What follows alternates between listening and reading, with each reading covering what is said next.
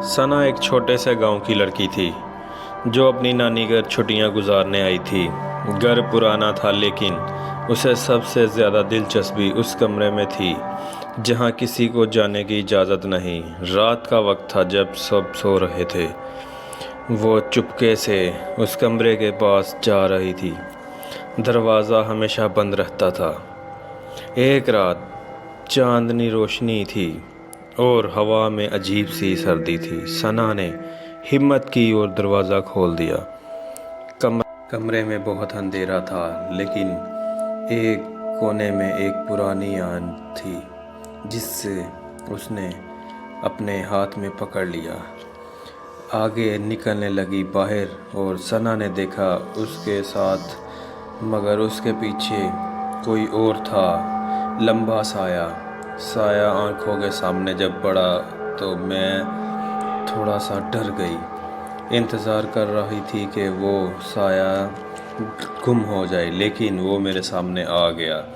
करीब से मैंने जब उस साए को देखा तो वो साया बहुत ही लंबा था, जैसे कि मानो किसी जिन का हो। मैं बहुत डर गई कि मुझे सब ने मना किया हुआ था इस कमरे में नहीं आना, तो मैं क्यों आई। अगले दिन नानी ने बताया कि उस कमरे में कभी एक जिन कैद था जो सिर्फ सकिया के सामने आता है, जो उससे रिश्ता रखता हो। तुम्हारी वालदा भी उससे मोहब्बत कर चुकी थी, नानी ने कहा। सना समझ गई कि उसका ताल्लुक़ सिर्फ इंसानों से नहीं कुछ और से भी था और उसकी कहानी अब शुरू हुई थी। सना परेशान हो के नानी से, नानी मुझे बताओ, मेरी वालदा की कहानी मुझे सारी सुनाओ, मैं सुनना चाहती हूँ कि क्या हुआ था। नानी, सना बेटा अभी टाइम नहीं है, मैं तुम्हें फिर कभी स्टोरी बताऊंगी, क्योंकि तुम्हारी वालदा अजीब हरकतें करती थी जिसकी वजह से हमने इस कमरे को बंद रखा हुआ था, किसी को यहाँ जाने की इजाज़त नहीं दी थी। लेकिन तुमने ये बहुत गलत किया, तुमने सब सो रहे थे, तुम इस कमरे में क्यों गई?